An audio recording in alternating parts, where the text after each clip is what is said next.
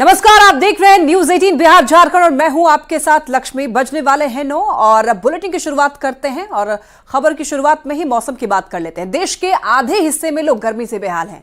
गर्मी इतनी ज्यादा है कि खिड़की दरवाजे बंद करके घर में रहना भी अब मुश्किल हो गया है और इन दिनों आसमान से आग बरस रही है तो जमीन गर्मी उगल रही है। हालात ये हैं कि गर्मी अब लोगों की बर्दाश्त से बाहर हो गया है। एक रिपोर्ट की अगर माने तो 40 से 50 डिग्री सेल्सियस तापमान होने पर हमारा शरीर सही तरीके से काम करना बंद कर देता है। शोधकर्ताओं के मुताबिक जब बाहरी तापमान 40 डिग्री सेल्सियस से अधिक हो जाता है तो मानव शरीर अपनी कूलिंग क्षमता खो सकता है और इसकी वजह से शरीर बेहतर ढंग से काम करना भी बंद कर सकता है। थर्मोन्यूट्रल जोन तापमान की एक लिमिट है जिसमें शरीर को 37 डिग्री सेल्सियस के आइडियल कोर टेम्परेचर को बनाए रखने के लिए अपने मेटाबॉलिक रेट को बढ़ाने या ज्यादा एनर्जी लगाने की जरूरत नहीं होती है। तो आसमान से आग बरस रही है। गर्मी से लोगों का हाल बेहाल है। घर से बाहर निकलना भी लोगों के लिए मुश्किल हो गया है। जरूरी काम के लिए लोग घर से बाहर निकल रहे हैं केवल, लेकिन गर्मी इतनी ज्यादा है कि लोगों को परेशानियों का सामना करना पड़ रहा है। डिहाइड्रेशन की वजह से लोगों को काफी दिक्कत हो रही है। अस्पतालों में भी मरीजों की संख्या लगातार बढ़ती ही जा रही है। डायरिया की वजह से लोग बीमार पड़ रहे हैं, डिहाइड्रेट हो जा रही है बॉडी।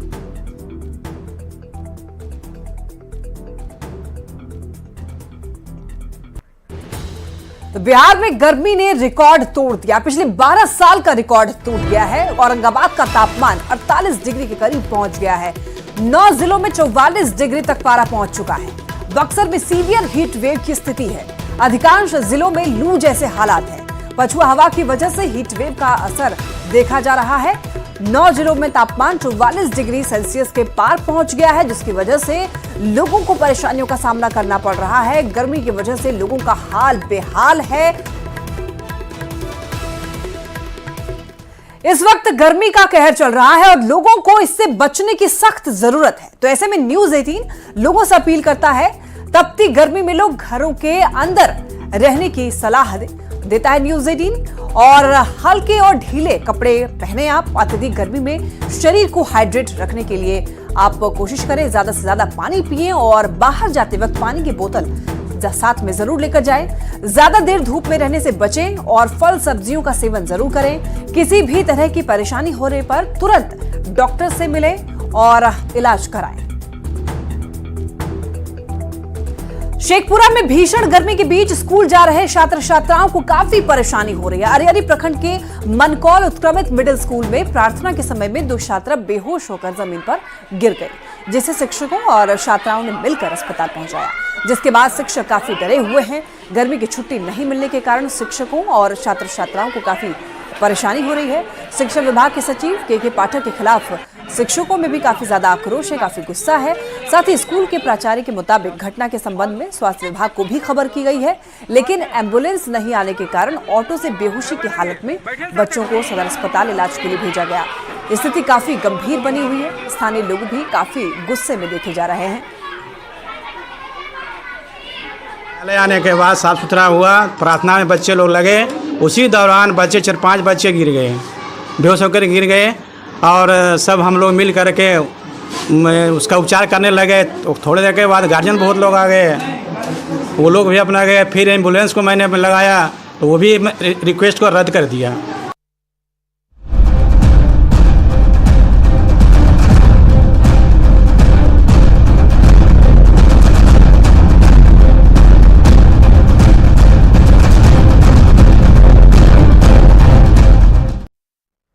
गोपालगंज से एक बड़ी खबर सामने आ रही है। मवेशियों से भरे 5 कंटेनर जब्त किया गया है। 141 भैंस को पुलिस ने बरामद किया। 20 पशु तस्करों को भी गिरफ्तार किया गया। बैकुंठपुर थाना क्षेत्र में पुलिस ने यह कार्रवाई की। एसपी स्वर्ण प्रभात ने जानकारी दी है। 2 करोड़ से ज्यादा जब्त भैंसों की कीमत बताई जा रही है। 20 पशु तस्करों को गिरफ्तार किया गया। तो पुलिस की यह बड़ी कार्रवाई है, कह सकते हैं ये बड़ी सफलता है। 20 पशु तस्करों को गिरफ्तार कर लिया गया है। 141 भैंस को पुलिस ने बरामद किया है। आपको बता दें, भैंसों की कीमत जो है वो 2 करोड़ से ज्यादा बताई जा रही है।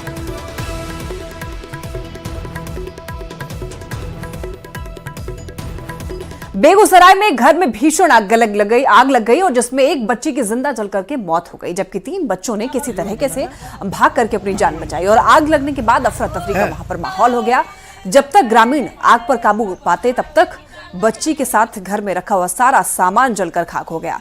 मटिहानी थाना अध्यक्ष ने बताया कि खाना बनाने के दौरान आग लगने से यह हादसा हुआ। बच्चे लोग के माँ बाप घर में नहीं थे। रात के 9 बजे जो है इसके फूस की झोपड़ी थी, उसमें जो है आग लग गया। आग लगने के बाद इसका सारा सामान जल गया। सब बच्चे तो निकल गए, लेकिन एक 6-7 साल की सृष्टि कुमारी थी जो जिंदा जल गई, और बगड़ी जो था वो भी अंदर में ही जल गया। घर का सारा सामान जो है कुछ नहीं बचा। 9 बजे रात की ये घटना है। लगभग ग्रामीणों के सहयोग से अगल बगल के मोटर से इस पर आग पर काबू पाया गया। ग्रामीणों द्वारा बताया गया कि घर में खाना बनाने से पूरा, जिसे बहियार में वार्ड नंबर 7 पड़ता है, हाँ। यहाँ पर घर में लोग खाना बना रहा था, तो हाँ। ग्रामीणों द्वारा बताया गया कि हाँ। अनुसंधान जारी। क्या बच्ची भी मरी है? हाँ, बच्ची। नेता आलमगीर की रिमांड का आज आखिरी दिन है। टेंडर कमीशन घोटाले में पूछताछ जारी है। बता दें आपको कि आईएएस मनीष रंजन से ईडी ने पूछताछ की। करीब 9.5 घंटे तक आईएएस मनीष रंजन से पूछताछ हुई। मनीष रंजन का बयान ईडी ने दर्ज कर लिया। बताते चले आपको कि मंत्री आलमगीर आलम से क्रॉस वेरिफिकेशन किया गया। दोनों को आमने सामने बिठा करके पूछताछ हुई।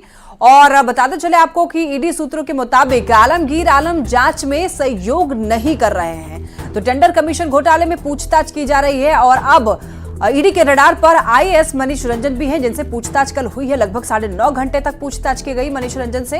और आपको बता दें, खबर सामने आ रही है कि मंत्री आलमगीर आलम सहयोग नहीं कर रहे हैं पूछताछ में। तो ऐसे में आलमगीर आलम और आईएएस मनीष रंजन को आमने सामने बिठाकर पूछताछ की गई। क्रॉस वेरीफाई किया गया उनके बयानों को। तो आलमगीर आलम जांच में सहयोग नहीं कर रहे हैं, सूत्रों के मुताबिक ये खबर सामने आ रही है। और गोड्डा से एक बड़ी खबर, चुनाव के बीच आईटी का एक्शन। व्यवसायियों के ठिकाने पर इनकम टैक्स विभाग ने छापा मारा। बताते चले आपको, व्यवसायी के घर दुकान पर आईटी की रेड पड़ी। अरुण टेकरीवाल, संजीव टेकरीवाल पर दबिश दी गई। आयकर विभाग ने ठिकानों को सील कर दिया। ये बड़ी खबर निकलकर सामने आ रही है। चुनाव के बीच इनकम टैक्स डिपार्टमेंट ने एक्शन लिया है। और गोड्डा से खबर सामने आ रही है कि व्यवसायी के ठिकानों पर आयकर विभाग का छापा पड़ा। व्यवसायी के घर और दुकान पर आईटी की टीम ने रेड किया। अरुण टेकरीवाल, संजीव टेकरीवाल पर दबिश दी गई। आयकर विभाग ने ठिकानों को सील कर दिया। तो इनकम टैक्स डिपार्टमेंट ने ये बड़ी कार्रवाई की है।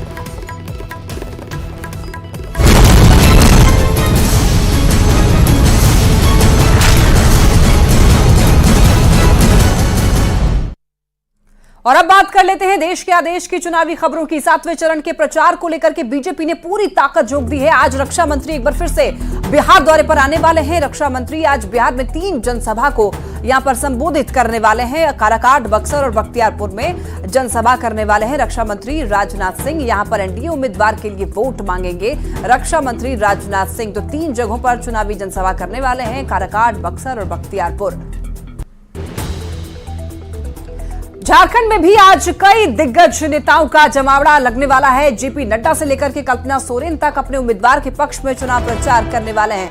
तो झारखंड में भी दिग्गज नेताओं का जमावड़ा लगेगा। और चुनाव के आखिरी चरण के लिए बता दें आपको कि सभी नेता चुनावी प्रचार प्रसार में जुटे हुए हैं। तो 1 जून को बता दें आपको कि चुनाव होने हैं। तो ऐसे में उससे पहले सारे पार्टियों ने अपनी ताकत झोंक दी है। जेपी नड्डा से लेकर कल्पना सोरेन तक बता दें आपको अपने उम्मीदवार के पक्ष में चुनाव प्रचार करने वाले हैं। और आज झारखंड आने वाले हैं बीजेपी अध्यक्ष जेपी नड्डा। राष्ट्रीय अध्यक्ष हैं बीजेपी के जेपी नड्डा। सारठ में जनसभा को संबोधित करेंगे।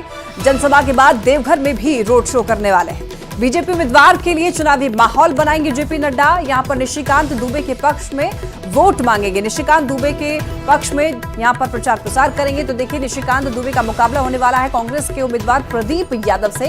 गोड्डा में यह घमासान देखने को मिलेगा। गोड्डा लोकसभा सीट पर निशिकांत दुबे और प्रदीप यादव के बीच में मुकाबला होने वाला है। तो इसको लेकर निशिकांत दुबे के पक्ष में यहां पर वोट की अपील करने के लिए बीजेपी के राष्ट्रीय अध्यक्ष जेपी नड्डा आने वाले हैं।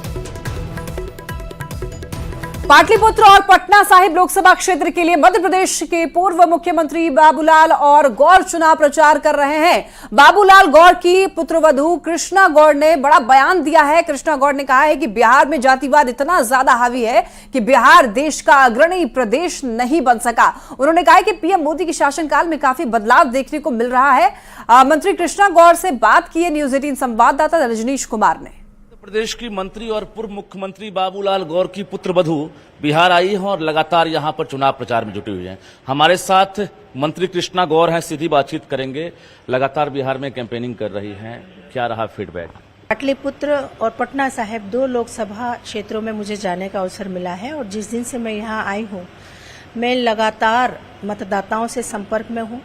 लोगों का विचार जाना है, उनका मन पड़ा है और मुझे लगता है कि 2014-19 की तरह 2024 में भी बिहार की जनता एक बार फिर मोदी जी को आशीर्वाद देगी। मध्य प्रदेश और बिहार को तुलनात्मक दृष्टि से अगर मैं जब आकलन करती हूँ तो मैं बहुत जमीन आसमान का अंतर देखती हूँ। मध्य प्रदेश बहुत विकसित है, बहुत आगे बढ़ा है। बिहार को अभी उस स्तर में पहुँचने में समय लगेगा और इसका एकमात्र कारण यही रहा कि इस प्रदेश में लंबे समय तक जातिवाद की राजनीति बहुत हावी रही है। जातिवाद की राजनीति ने जितना नुकसान इस प्रदेश का किया है उसके कारण इतनी संभावनाएं होते हुए भी इस प्रदेश में ये प्रदेश कभी देश का अग्रणी प्रदेश नहीं बन पाया। लेकिन मुझे पूरा विश्वास है कि अब जिस प्रकार से डबल इंजन की सरकार बिहार में काम कर रही है, नरेंद्र मोदी जी के तीसरी बार देश के प्रधानमंत्री बनने के बाद बिहार का भी अप्रत्याशित विकास होगा। 170 पार जाएगी और एनडीए 400 पार।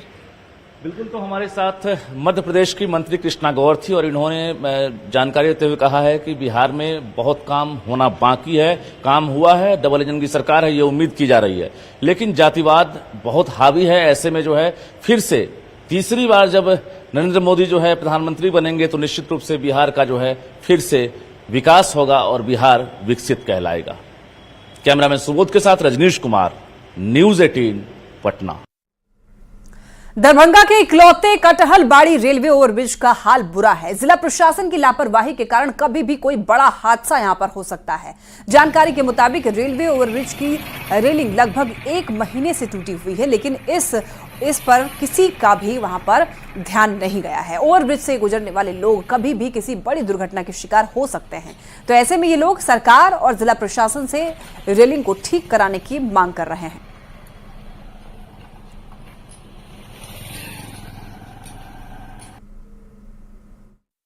रात के समय में टूटा रहता है तो बहुत समझिए कि सावधानी से चलना पड़ता है, जिसका लोगों को बहुत सामना करना पड़ता है। गाड़ी घोड़ा लाइट रिफ्लेक्स मारता है, बहुत सोच समझ के चलना पड़ता है। क्या लग रहा हुआ है, कोई देखने वाला नहीं है। कौन सा ब्रिज है ये हुआ कटहलबाड़ी और ब्रिज। सरकार को कोई देखभाल नहीं करता है, यहाँ पे कोई गिर भी सकता है। शेखपुरा में सरकारी स्कूल के बच्चे ताइक्वांडो सीख रहे हैं। बच्चे किक और पंच मारने की कला सीख रहे हैं। शेखपुरा में सरकारी स्कूल के छात्रों को ताइक्वांडो खेल में अपना करियर बनाने के लिए शिक्षा विभाग ने स्वीकृति दे दी है। शिक्षा विभाग ने शेखपुरा और बेगूसराय जिले को चयनित किया है। प्रशिक्षण के लिए रामरायपुर मिडिल स्कूल में आवासीय प्रशिक्षण केंद्र बनाया गया है, जहां पर छात्र छात्राओं को प्रशिक्षण दिया जा रहा है। जायजा लिया न्यूज 18 संवाददाता अजीत कुमार सिन्हा ने। में शिक्षा व्यवस्था में काफ़ी सकारात्मक बदलाव देखने को मिल रहा है। अब किताबी ज्ञान के अलावे अन्य ज्ञान से भी बच्चों को सिखाया जा रहा है, जिसमें ताइक्वांडो सहित अन्य खेल जो है, ताकि भविष्य में बहुत सारे बच्चे कैरियर भी इसमें संभाल रहे हैं। अभी हम शेखपुरा का उत्क्रमित मध्य विद्यालय रामरायपुर है। आपको बता दें कि राज्य सरकार ने ताइक्वांडो में पूरे राज्य में 2 जिला को चयनित किया है, जिसमें एक शेखपुरा बेगूसराय। शेखपुरा में ये उत्क्रमित मध्य विद्यालय रामरायपुर को सेंटर बनाया गया है। क्या नाम है आपका? सोनाली कुमारी। किस क्लास में पढ़ती हैं आप? 8। ये कब से एडमिशन हुआ आपका इसमें ताइक्वांडो में? लगभग 2023 में। ये सीख रही हैं आप? हाँ। क्या क्या चीज़ सीखी हैं अभी तक?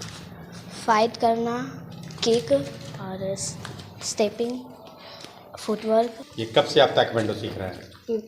2023। क्या क्या चीज़ सीखे हैं अभी? फाइट करना और अपना सेल्फ डिफेंस, और इससे मुझे बहुत लाभ है कि क्या क्या लाभ मिला? मेरा फिटनेस भी बढ़िया रहेगा। और अभी हाल ही में 37 नेशनल गेम्स गोवा में पदक हुआ है और बिहार का टोटल 8 पदक थे, जिसमें से मेरा भी एक कंट्रीब्यूशन रहा है थोड़ा सा। और मैं अभी हाल ही फ़िलहाल में NIS 2020 में NIS डिप्लोमा किया था पटियाला से, तो उसके द्वारा मेरा चयन यहाँ पर प्रशिक्षक के रूप में किया गया था। तो मैं अभी पिछले ही साल नेशनल गेम्स खेलने के बाद मैं यहाँ पे नवंबर में ही यहाँ पे योगदान दिया। उसके बाद से मैं बच्चे को अभी सिखा रहा हूँ। निश्चित रूप से कहा जा सकता है कि राज्य सरकार, जिला प्रशासन और एजुकेशन विभाग का जो संयुक्त प्रयास है बिल्कुल देखने को मिल रहा है। ज़रूरत है ऐसे बच्चों को जो जिसमें प्रतिभा हो और कैरियर अपना बनाना चाहते हैं ताइक्वांडो में, वो बिल्कुल आएँ, यहाँ एडमिशन कराएं। और जो क्षमता है 40 बच्चों का, जिसमें 20 लड़का और 20 लड़की का, एक बिल्कुल ही पॉजिटिव कहा जा सकता है। आप भी आइए और इसका लाभ लीजिए। अजीत कुमार सिन्हा, न्यूज़ 18 शेखपुरा। यहाँ वक्त हो चला एक छोटे से ब्रेक का, जल्द लौटेंगे।